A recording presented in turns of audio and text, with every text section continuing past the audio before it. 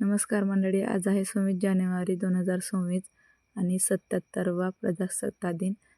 त्यासाठी सकाळची थोडीफार कामं असतात, त्यावरून आम्ही गावातली मंडळी आणि आम्हीसुद्धा वेळेवर हजर झालो शाळेत. आणि आज ध्वजारोहण प्राध्यापक मोहन पावरा सर यांच्या हस्ते झालं होतं आणि त्याचा अर्धा सन्मान मलासुद्धा भेटला होता.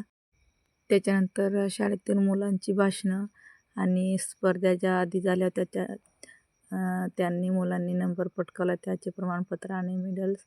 आणि बाकीचं जे कार्यक्रम असतो तो मस्तपैकी झाला होता. आणि तसं तर धूमधडाक्याने नाही, गॅदरिंग वगैरे नाही झाली, अगदी साध्या पद्धतीने प्रजासत्ताक दिन साजरा झाला. तसं तर मी पण या शाळेत युवा प्रशिक्षणार्थी म्हणून काम केलेलं आहे. आणि आणि तसं तर गावातील शाळा म्हणून खूप तसा पूर्ण लगाव आहे या शाळेत. आणि त्याच्यानंतर घरी आलो आम्ही. आमची पाहुणे लोक घरी जायला निघाल्या होत्या. अभिच्या आत्या आणि अभिची मोठी मम्मी आहे, त्या आल्या होत्या. त्यांच्या घरी जायला निघाल्या होत्या. त्यांना आधी बाय केलं आणि नंतर आमच्या कामाला लागलो. आधी भांडी घासून घेतली आणि नंतर माझी माकडं मस्त विट्यावर बसून गप्पा मारत खाऊ खात होती. आणि नंतर संध्याकाळी दिवसभर काय करणार तर कोंबडीला खेळत होती. आणि दादू पकडत होता, बाई पकडत होती. आणि त्यांना बघून मी सुद्धा त्यांच्यासोबत गेले.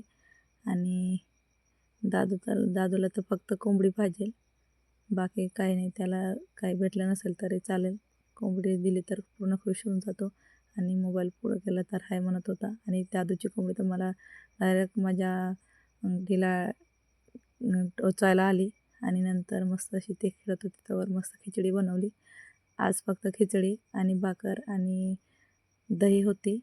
खिचडी बनवली त्या दिवशी, दही किंवा कढी असतेच. आणि आज दही होती तर कढी काही बनवली नाही मी, फक्त भाकऱ्या बनवून घेतल्या. आणि नंतर मुलं पण खेळून दमली होती आणि पटपट भाकऱ्या झाल्या आणि नंतर मस्त जेवण झालं. चला तर भेटू पुढच्या व्हिडिओत.